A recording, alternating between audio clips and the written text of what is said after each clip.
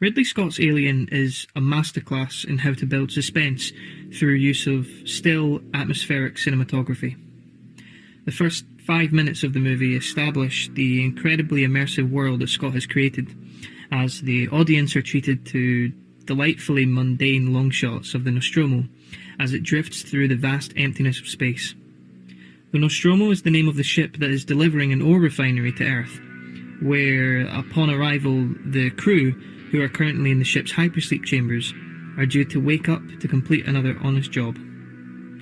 However, the crew are woken up prematurely to respond to a distress signal being transmitted on a distant moon. They investigate the signal, where Kane, played by John Hurt, is attacked by an alien creature.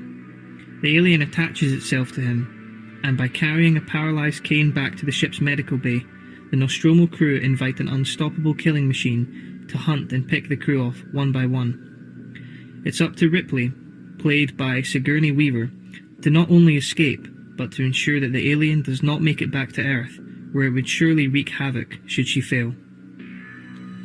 Ripley is one of the most iconic characters in cinema. Weaver manages to convey a great deal of vulnerability in her performance, whilst also giving the character a hard-edged determination, particularly in future installments in the series, which cements the character as one of the greatest action heroes we've seen on screen. The film is well remembered for its highly impressive sets and practical effects, with the chestburster scene in particular being a highlight. The creation of a life-size Nostromo for the crew to run around in only adds to the delectable atmosphere that Scott strives for, and Giger's design of the alien creature is still iconic today, no matter how much the more recent titles try to ruin that. The limits presented by the practical effects force Ridley Scott to think outside of the box and to frame the alien in really interesting ways that don't show the actor hidden underneath the costume. The lure of CGI today means that the alien can appear in broad daylight, where a great deal of mystery is lost and the alien appears to be nothing more than a super agile video game character, which in turn only harms the tension within the movie. But in 1979, this advanced technology is not available, and it means that we see the idea that less is more in full effect. There is some haunting images in this movie, and the camera captures the alien in extremely invasive close-ups, which adds to the feeling of claustrophobia that the audience experiences whenever the creature is on screen. Jerry Goldsmith's score is one of my favourites as well, and in my opinion it's superior to his work in The Omen, which is also iconic.